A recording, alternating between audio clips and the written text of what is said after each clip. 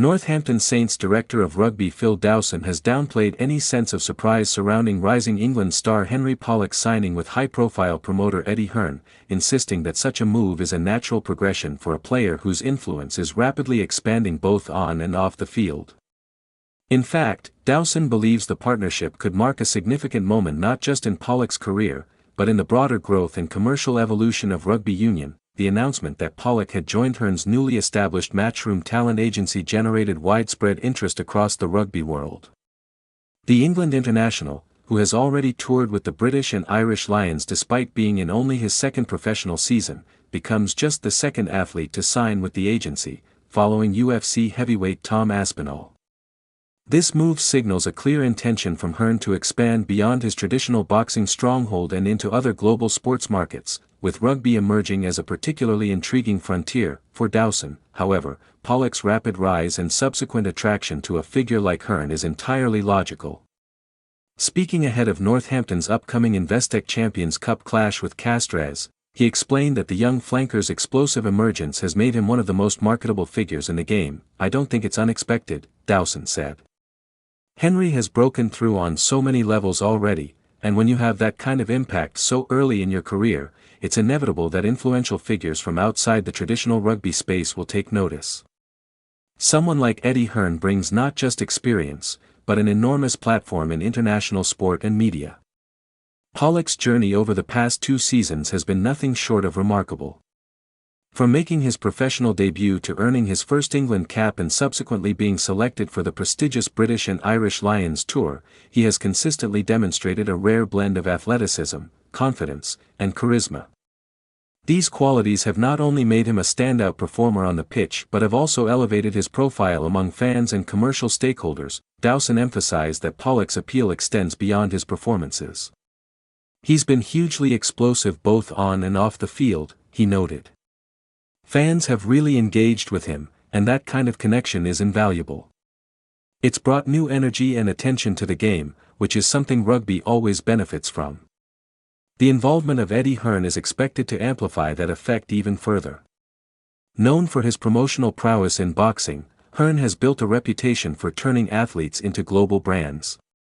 His entry into rugby through Pollock suggests a belief that the sport has untapped commercial potential, particularly when paired with dynamic personalities capable of capturing a wider audience. Dowson believes this crossover from a non-rugby background could be transformative.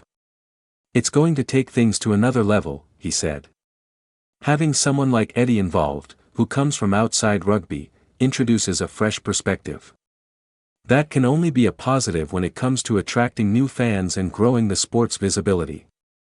Pollock's signing also comes at a time when rugby union is experiencing a surge in external investment. Major brands and corporations have begun to recognize the sport's potential, leading to significant financial backing across clubs and competitions. Recent developments include Red Bull acquiring Newcastle Falcons and Dyson investing in Bath Rugby. These moves suggest a broader shift in how rugby is perceived in the global sports marketplace. Dowson sees Pollock's partnership with Hearn as part of this wider trend. "Rugby is on a bit of a high at the moment," he explained. "We're seeing increased investment and growing interest from major players. Henry has contributed to that momentum himself, and it will be fascinating to see how his relationship with Eddie develops." The excitement surrounding the deal is not limited to club officials. Many within the rugby community believe that aligning with a promoter of Hearn's stature could help modernize the sport's image and make it more accessible to a younger, more diverse audience.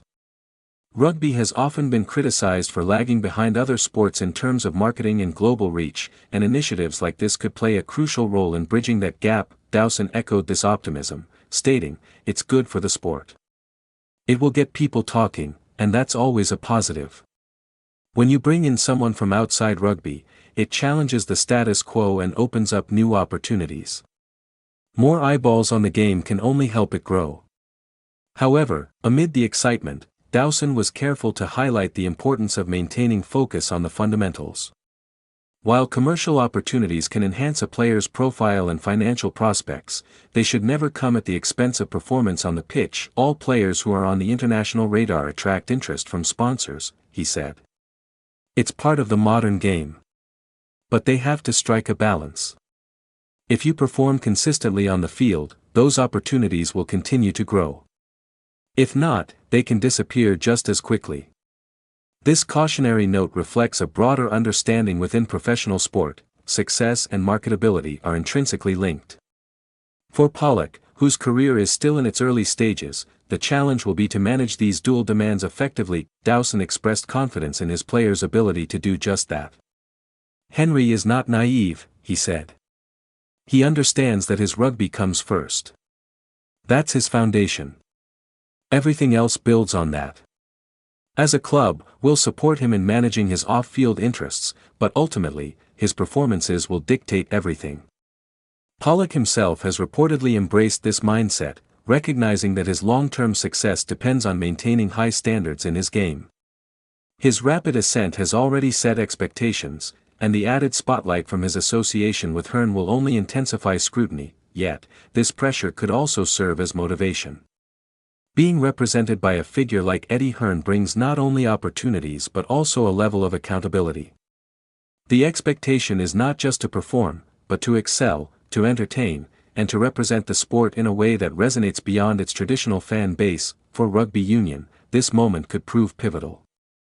The combination of emerging talent like Pollock, increased investment from global brands, and the involvement of influential promoters signals a shift toward a more commercially dynamic era. If managed correctly, it could help the sport expand its reach and compete more effectively on the global stage. Dowson's perspective encapsulates this sense of cautious optimism. While he acknowledges the potential benefits of Pollock's new partnership, he remains grounded in the realities of professional sport. Success, he insists, must always be earned on the field. As Northampton Saints prepare for their upcoming European clash, the focus will inevitably return to rugby itself. But off the field, the ripple effects of Pollock's signing with Matchroom Talent are already being felt. It represents not just a personal milestone for a young player, but a broader statement about where rugby is headed. In the end, the true measure of this partnership will be its impact over time. If Pollock continues to thrive and the sport capitalizes on the increased attention, it could mark the beginning of a new chapter for rugby union, one defined by greater visibility, stronger commercial foundations, and a willingness to embrace innovation. For now, though, Dowson's message is clear: embrace the opportunity, but never lose sight of what matters most.